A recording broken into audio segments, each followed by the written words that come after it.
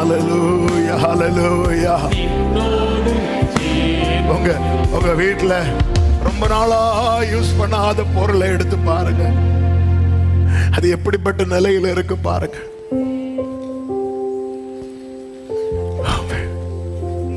அன்று சொல்ல ரொம்ப நாளாச்சு இந்த கச்சையை நான் என் அறையில கட்டி. ஆண்டவர் என்ன சொல்றார் தெரியுமா?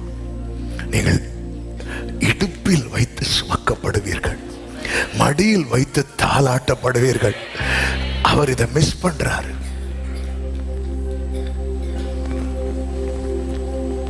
ரொம்ப நாளாச்சு.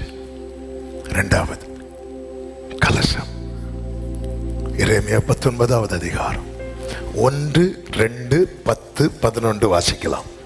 1, 2, 10, 11. கர்த்தர் சொன்னது, நீ போய் குயவன் வேலையான ஒரு கலசத்தை கொண்டு ஜனத்தின் மூப்பரிலும் ஆசாரியர்களின் மூப்பரிலும் சிலரை கூட்டிக் கொண்டு கிழக்கு வாசலுக்கு எதிரான இன்னோமுடைய குமாரனின் பள்ளத்தாக்கிலே புறப்பட்டு போய் நான் உன்னோட சொல்லும் வார்த்தைகளை அங்கே பிரசித்தப்படுத்து. 10, 11. உன்னோட கூட வந்த மனுஷருடைய கண்கள், உன்னோட கூட வந்த மனுஷருடைய கண்களுக்கு முன்பாக அந்த கலசத்தை உடைத்து. நல்ல கவனமா கேளுங்க, இந்த கலசத்துல ஒரு டேமேஜ் கிடையாது. ஆனாலும் சொல்றாரு உடைச்சு போடு அப்படிங்கிறார். உடைத்து போட்டு அவர்களை நோக்கி திரும்ப செப்பனிடப்படக்கூடாத குயவனுடைய மண் பாண்டத்தை, அப்ப என்றென்றைக்கும் என்று உடைக்கிறார். என்றென்றைக்கும் என்று உடைக்கிறார். உருவாக்க உடைக்கப்படுகிறவர்கள் பாக்கியவான்கள், என்றென்றைக்கும் என்று உடைக்கப்படுகிறவர்கள் பரிதவிக்கப்பட்டவர்கள். திரும்ப செப்பனிடப்படக்கூடாத குயவனுடைய மண் பாண்டத்தை உடைத்து போட்ட வண்ணமாக இந்த ஜனத்தையும் இந்த நகரத்தையும் உடைத்து போடுவேன் என்று கர்த்தர் ரொம்ப வேதனையோடு மிகவும் கோபத்தோடு சொல்லுகிறார்.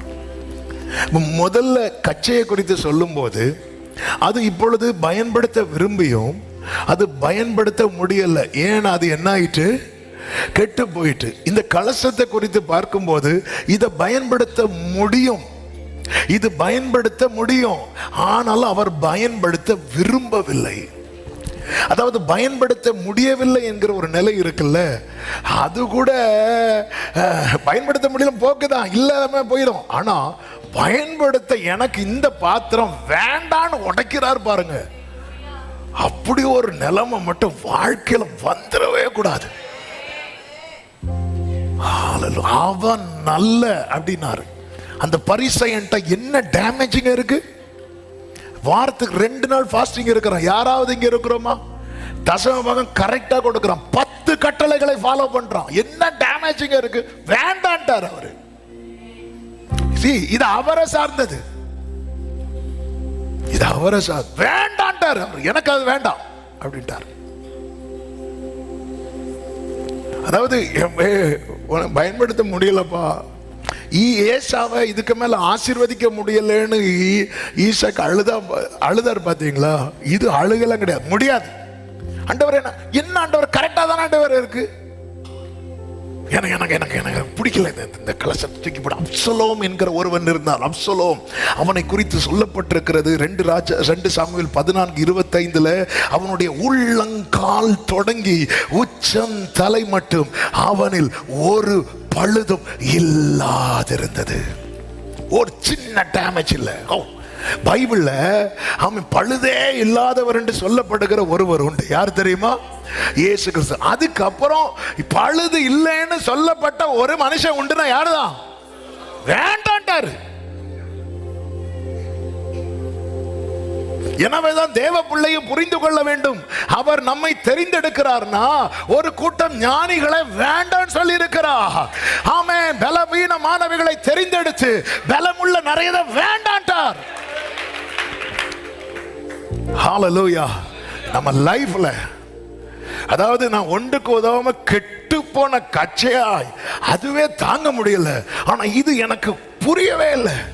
அப்பதான் ஆண்டவர் வந்து இங்க பாருப்பா, எனக்கு பிடிக்கணும், எனக்கு பிடிக்கணும், எனக்கு பிடிக்கணும். ஒரு கப்பில் நம்ம தண்ணி குடிக்கணும்னா தண்ணியை பிடிக்கணும், அதுக்கு முன்னாடி அந்த கப்பை நமக்கு பிடிக்கணும். இந்த கப்பு வேண்டாம். சில பிறகு அவங்களுக்குன்னு ஒரு டம்ளரே வச்சிருப்பாங்க. நமக்கு பிடிக்கணுங்க. ஒரு பிளேட்ல ஆகாரம் போட்டு சாப்பிடணும், அந்த பிளேட் நமக்கு பிடிக்கணும். நமக்கு சிலர் பார்த்திருக்கீங்களா, சில புது ட்ரெஸ் தான் வாங்கியிருப்பாங்க, போட மாட்டாங்க. ஏன்னா அது அவங்களுக்கு பிடிக்கல, வேண்டாம். ஆமே, இது பிடிக்காம தூக்கி போட்டு உடைக்கிற, வேண்டாம் இந்த பாத்திரம் எனக்கு வேண்டாம். ஏன் ஏன் ஏன் இந்த அப்சலோம் உச்சந்தலை முதல் உள்ளங்கால் வரை ஒரு பழுது இல்லாமல் இருந்தும் அவனை வேண்டாம் தூக்கி போட காரணம் என்ன? நிறைய காரணங்கள் இருக்கிறது. ஆனா ஆண்டவர் ஒரே ஒரு காரியத்தை இருதயத்தில் திரும்ப திரும்ப வைத்தார். என்ன தெரியுமா? செகண்ட் சான்ஸை மிஸ் பண்ணான். அவன் ஒருவனை கொலை செய்து இரத்த பழிக்கு உள்ளாவான், ராஜாவின் கோபத்துக்கு உள்ளாவான். அதன் பிறகு தூரமாய் போய்விட்டு மீண்டும் ராஜா அவன் மேல இறக்கப்பட்டு திரும்ப சேர்த்துக் கொள்வான். அவனுக்கு கிடைக்கப்பட்ட செகண்ட்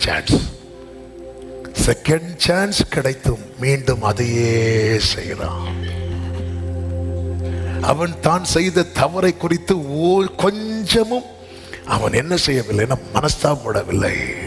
The second chanceங்கிற வேர்டை நேற்று ராத்திரியிலிருந்து ஆவியானவர் அதிகமாய் உள்ள வைத்தார். Amen, hallelujah. Second chance. காலையில் எழும்போதும் அதே வேர்டு தான்.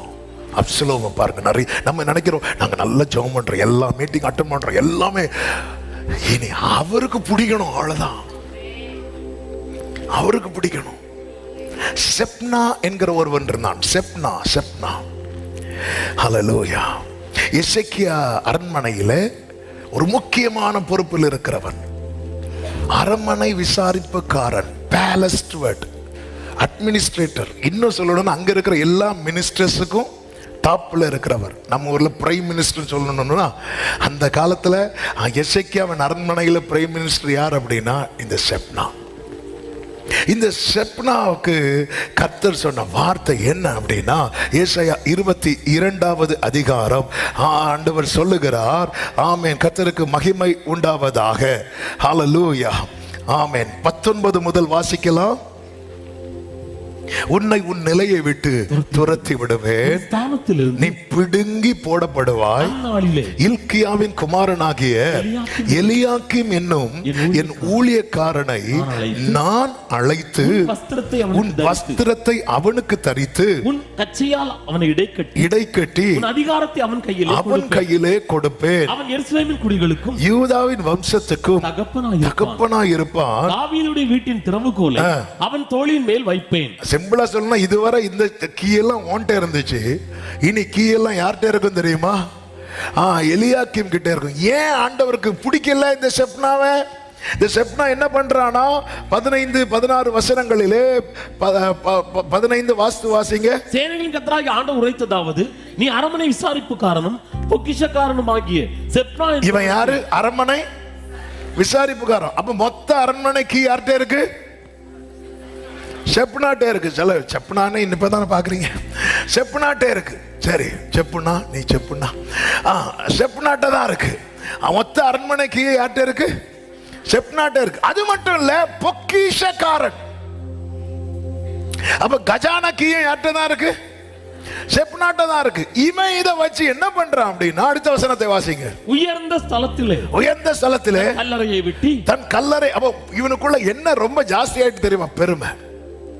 கல்லறையை கூட 4 பேர் பார்க்கிறது மாதிரி தான் பிளான் பண்றான்.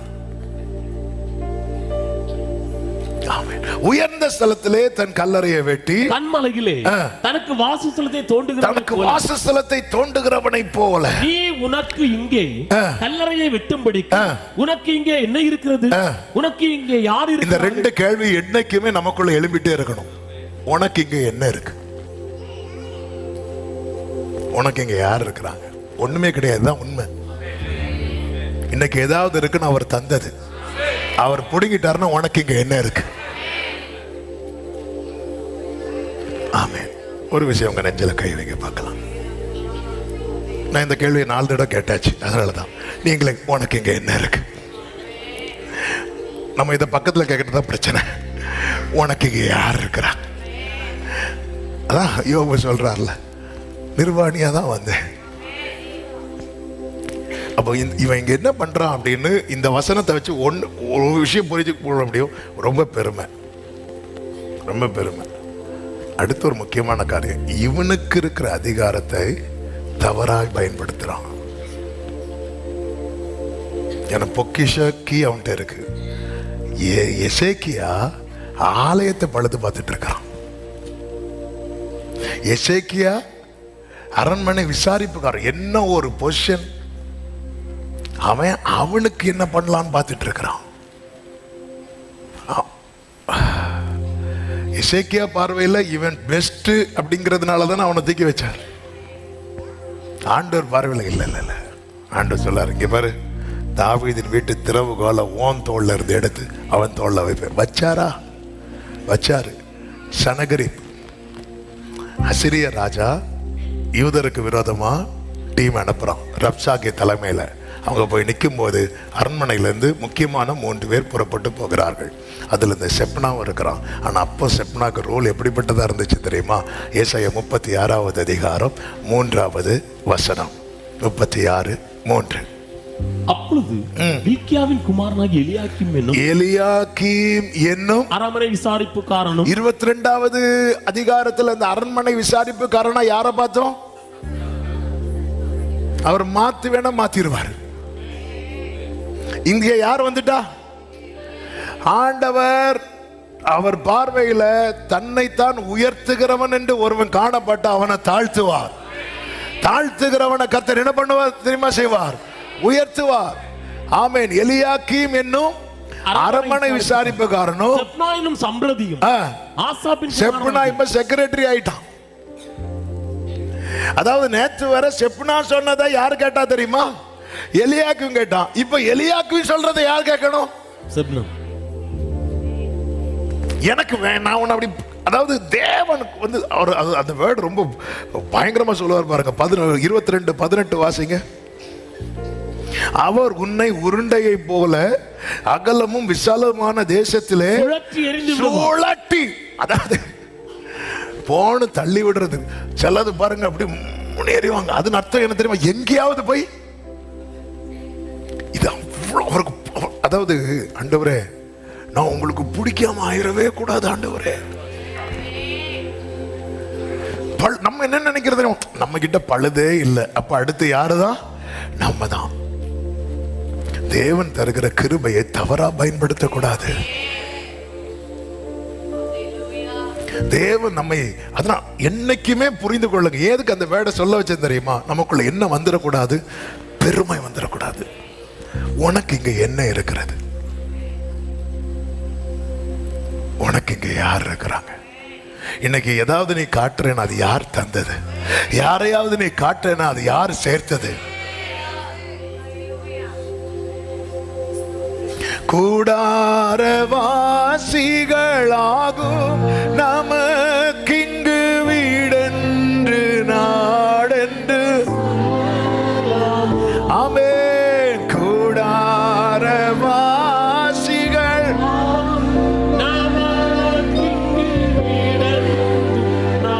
என்னைக்குமே என்னைக்குமே என்னைக்குமே என்னைக்குமே என்னைக்குமே இந்த மனசில் இந்த பெருமை வந்து, ஆண்டவருக்கு பெருமை உள்ளவனுக்கு கர்த்தர் எப்படி நிப்பார் தெரியுமா? எதிர்த்து நிப்பார். அந்த பரிசைன்ற ஒரு குறை கிடையாது, பெருமை இருந்துச்சு. நீங்க நல்ல ஜோம் பண்றீங்க, ஜோம் பண்றதுனால ஒரு பெருமை வந்துடக்கூடாது. நிறைய பைபிள் ரீட் பண்றீங்க, பெருமை வந்துடக்கூடாது. நல்லா பாடுறீங்க, பெருமை வந்துடக்கூடாது. ஆண்டவருக்கு தூக்கி போட்டதுக்கு மேட்டரே கிடையாது. அதாவது பெஸ்டா நிறுத்தினார் பாருங்க. அந்த சவுல் வேண்டான்னு தூக்கி போட்டார். வேண்டாம், எனக்கு வேண்டாம் அப்படின்ட்டார். அப்படிதான் நீ வார்த்தையை எரிஞ்சது போல கர்த்தர் உன்னை வேண்டவே வேண்டான்ட்டார். அதுக்கப்புறம் சவுல் அழுதான். சாமுவேலுடைய வஸ்திரத்தை பிடித்து அழுறான். சாமுவேல் விடுன்னு சொல்லி போகும்போது வஸ்திரம் என்னாச்சு? கிழிஞ்சு. சவுல் பர்பஸாக கிழித்தான் இல்ல. சாமுவேல் சொல்றான் இதே போல உன்னை கிழிப்பாருட்டார். இதான் ஆண்டவர் ஒருத்தனை வேண்டான்னு வச்சாருன்னு வைங்களேன், அவன் செய்யற எல்லாமே அவனுக்கு ஆபத்தா முடியும். சாமுவேல்ட்ட அழுதுதான் வஸ்திரத்தை பிடிக்கும். எனக்கு அதெல்லாம் படிக்கும் போதெல்லாம் தாங்க முடியாது. சில கேரக்டர்லாம் பார்த்தா சவுல் ஒன்று, ஏசா ஒன்று, யூதாஸ் ஒன்று, இதெல்லாம் பார்த்தா வேண்டாம்னு வச்சுட்டார். பஸ்கால இருக்கிறாரு, திடீர்னு இயேசு சொல்றாரு போ அப்படின்றாரு. சரி, அதான் சொல்லணும், நம்ம ஆண்டவருடைய ஒரு பக்கத்தை மட்டும் பார்த்து பார்த்து அப்படியே இருக்கக்கூடாது. அவரை மொத்தமா பார்க்க பழகணும். ஆமென். அவர் அன்பானவரை மட்டும் பார்த்துட்டு அவர் ஆமென். நீ அதனால அவர் கண்ணில் இருக்கிற கிருபையை மட்டும் பார்க்க கூடாது, அவருடைய கண்கள்ல இருக்கிற நெருப்பையும் பார்க்கணும். அவருடைய கண்கள் அக்கினி ஜுவாலை போன்றது, அதை பார்க்கணும். ஹல்லேலூயா. அவர் வேண்டான்னு சாமுவேல் சொல்ல, நீ இப்படி பண்ணது என்ன, அதனால கர்த்தர் வந்து ஒன்ன தள்ளி உன் ஸ்தானத்துல இன்னொருத்தனை ஏற்படி வைப்பான்னு சொன்ன விழுந்து அழுறான். அவன் அழுறான், கெஞ்சுறான். சாமுவேல் திரும்பி போகும்போது வஸ்திரத்தை பிடிக்கிறான், அந்த வஸ்திரம் கிழிஞ்சிட்டு கொஞ்சம். சாமுவேல் சரி தெரியாத, அதை வேணும்னா கிழிச்சா, இல்லை இதே போல உன் ராஜ்யத்தை அவர் கிழிப்பார். உன் கதை முடிஞ்சிட்டாரு. ஒருத்தனை தள்ளிட்டாருன்னு வைங்களேன், அவன் என்ன செஞ்சாலும் அது அவனுக்கு தீமையை தான் முடியும். நம்ம லைஃப்ல இப்படி ஒரு நிலைமை ஆண்டவர் வந்து, அதனால தானே ஃபாதர் அழகாத பாடி இருக்கிறாங்க, ஈமைனர். வலியோனை அகற்றினே, தாழ்ந்தோரை உயர்த்தினே, வலியோரை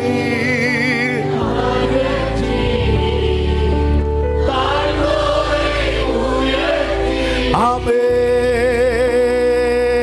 பசித்தோரை திருப்தியாக்கினீ. ஆமென் ஆமென். நல்லா புரிஞ்சுக்கோங்க. ஹல்லேலூயா. பெனினாளுக்கு நிறைய பிள்ளைங்க, அதுல ஒரு ஆள் ஆண்டவர் தெரிந்தெடுத்திருக்கலாம். ஆனா அவளுடைய செயல் நிமித்தம் மொத்தமா வேண்டான்னு வச்சுட்டாரு, வேண்டானே வச்சுட்டாரு. ஒரு பிள்ளை பேர் சொல்லுங்க பார்க்கலாம். இல்லாதவளை தெரிந்தெடுக்கிறார் என் ஆண்டவர். அவர் தெரிந்தெடுக்கிறவர் மட்டும் இல்ல, இல்லாதவைகளை என்ன கேட்கிற சமீபத்தில் தூரத்துல இருந்து கேட்கிற அன்பு உள்ளங்களே, என்னையும் சேர்த்து இந்த வார்த்தையை உரைத்து கொண்டிருக்கிறேன். நம்ம லைஃப்ல இந்த கலச திரும்ப செப்பனிடக்கூடாத. அதன் அர்த்தம் என்ன? இனி அவர் இந்த பாத்திரத்துல ட்ரை பண்ணவே மாட்டார் தான் அர்த்தம். ட்ரை பண்ணவே, அது போட்டு அவ்வளவுதான். வா வா வா வா.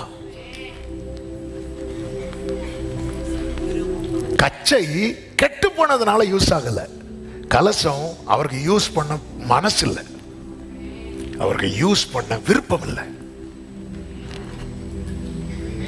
வேண்டாம், அதை உடைச்சு போட்டுருவா, உடைச்சு போட்டுருவா. இந்த சிம்பிளா சொல்லணும்னா, நம்ம வீட்டில் இருக்கிற வேஸ்ட் எல்லாம் தூக்கி வெளியே போய்ப்போம். காலில் வந்து வேஸ்ட் எடுக்கிறவங்க வந்து என்ன பண்ணுவாங்க, எடுத்துட்டு போவாங்க. நம்ம சாயங்காலம் போய் நீங்க எடுத்துட்டு போனீங்கல்ல, அது எனக்கு தாங்க கேட்போமா, அது குப்பை, எடுத்துட்டு போகலன்னு நமக்கு கோவம் வரும். இது இன்னும் எடுத்துட்டு போகலையா, அது கண்ணு முன்னாடி இருக்கக்கூடாது. கரெக்டா? இப்படி ஆயிடக்கூடாது. நம்ம திரும்ப அதனால் திரும்ப செப்பனிடக்கூடாதுன்னா அது அவர்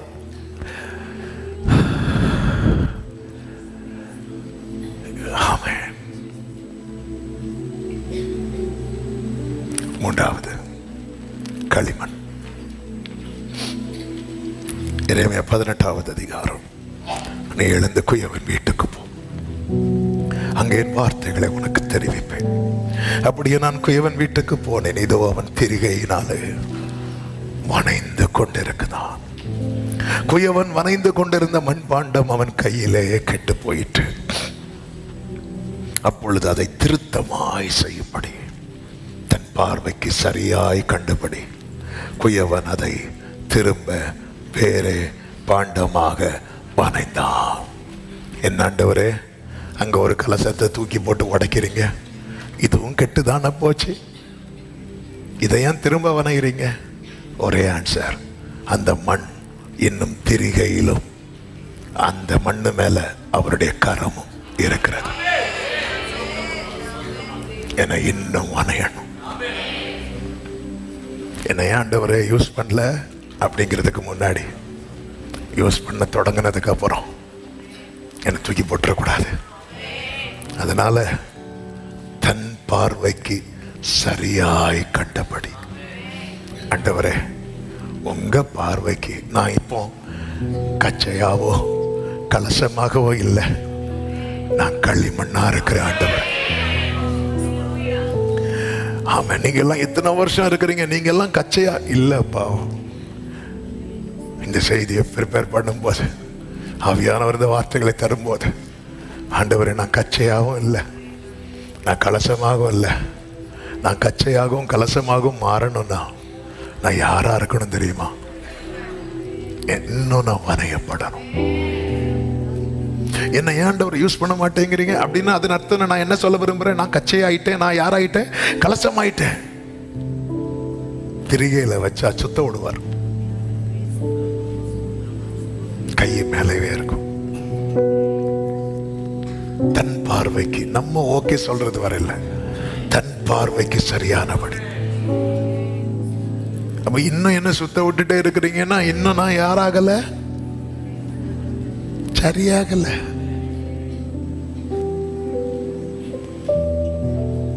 திருத்தமாய் செய்யும்படி, திருத்தமாய் ஆண்டவர் சொல்லிட்டு சொல்றாரு. 5வது வசனம், அப்பொழுது கர்த்தருடைய வசனம் எனக்கு உண்டாகி, அவர் இஸ்ரவேல் குடும்பத்தாரே, இந்த குயவன் செய்தது போல நான் உங்களுக்கு செய்யக்கூடாதோ என்று கர்த்தர் சொல்கிறார். இந்த மாட்டு வந்து கல்லாக்காதே, களிமண்ணாக விட்டு கொடு. அப்பா அப்பா, நான் ஒன்றுக்கு உதவாம கெட்டு போன கச்சை போல ஆயிடக்கூடாது. நீர் பயன்படுத்த விரும்பாம உடைத்து போட்ட கலசம் மாதிரி இருக்கக்கூடாது. உங்க பார்வைக்கு சரியானபடி உம்மாலே வனையப்படுகிற களிமண்ணா என்னை தருகிறேன். ஏசாயா 64:8, இப்பொழுதும் கர்த்தாவே நீர் எங்களுடைய பிதா, நாங்கள் களிமண், நீர் எங்களை உருவாக்குகிறவர், நாங்கள் அனைவரும் உமது கரத்தின் கிரியை. சத்தமாமேன்னு சொல்லுங்க பார்க்கலாம்.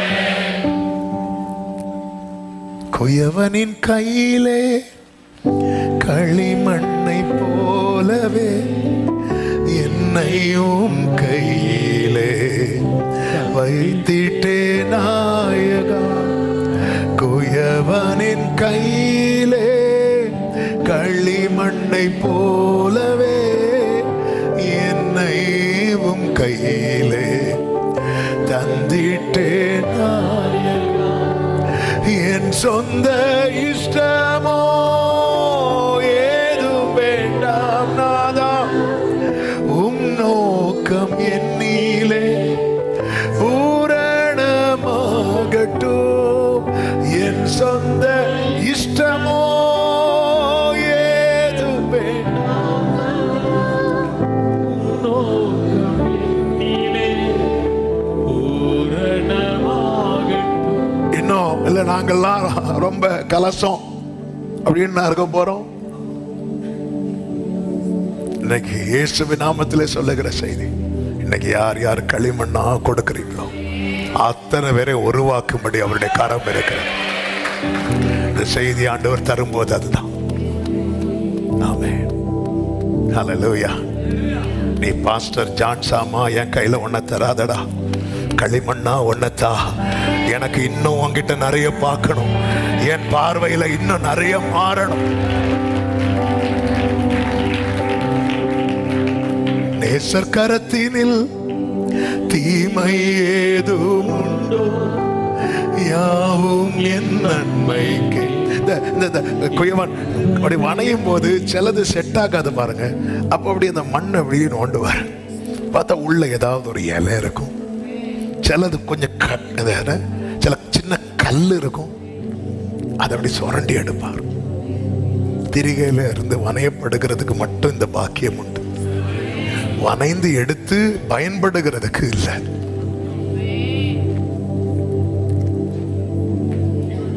நிறைய சுரண்ட வேண்டி இருக்கு. அதான் நேசர் கரத்தினில் ஏன் கொடுக்க மாட்டேங்கிறோம் தெரியுமா? நிறைய தூக்கிடுவாரோன்னு பயப்படுறோம். அவர் தூக்குறது அவ்வளோ நம்மை உருவாக்க விடாதபடி தடுக்கிறவைகளை தான் தூக்குறார். யாவும் என் நன்மைக்கே என்பதை அறியுவே. ஜுவாலிக்கும் அத்தியில வைக்கிறாங்க. பெருக்கான வெள்ளமோ பட்சிக்க விட்டிடீர், அழிக்கவும் பார்த்திடீர். ஜுவாலிக்கும் அக்கினியோ பெருக்கான வெள்ளமோ. இப்போ கைகளை உயர்த்தி என் நேசரே, என் இயேசுவே நானும். அப்படி எழுந்து நிற்கலாம், அப்படி எழுந்து நிற்கலாம். நீரன் சொந்த என்றென்றுமா ஆவியாத்மா சரீர பலியா. அர்ப்பணிப்போடு ஒரு அர்ப்பணிப்பின் ஆராதனை. இந்த ஆராதனை அர்ப்பணிப்போடு முடிக்க போகிறோம். ஆமென். ஆவியாத்மா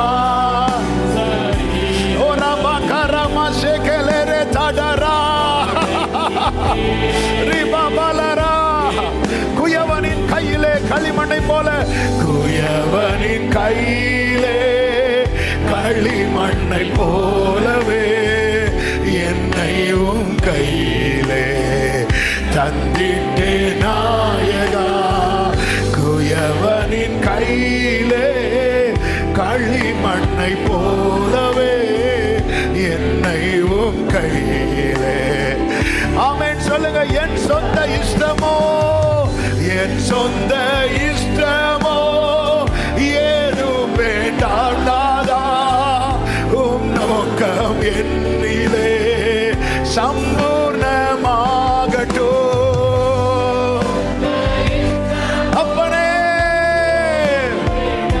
என் தகப்பனே, உம் நோக்கம் என்னிலே. ரெண்டு கைகளை உயர்த்தி சொல்லுங்க. என் இயேசுவே, என் இயேசுவே நானும் உடையவர், நீரன் சொந்த என்றென்றுமாய் ஆவியாத்மா சரீர பலியா. ஓடராமா கலராதரா. ஆமென். ஏற்றுக்கொள்ளு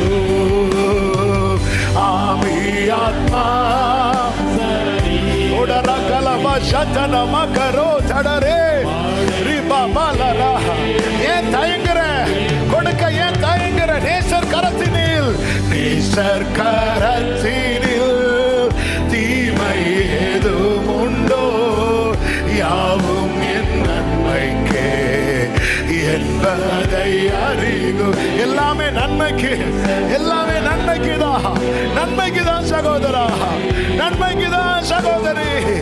யாவும் என் நன்மைக்கே என்பதை. ஜுவாலிக்கும் அக்கினியோ, ஜுவாலிக்கும் அக்கினியோ பெருக்கான வெள்ளமோ பட்சிக்க விட்டிடீர், அழிக்கவும் பார்த்திடீர். ஜீசஸ். அப்பா அப்பா அப்பா அப்பா. ஓடரபா கலரதனரலரதரே. என் இயேசுவே நானும் உடையவர், நீரன் சொந்த என்றென்றுமாய். நானும் கர்த்தாவே உம்மை நம்பியுள்ளேன்.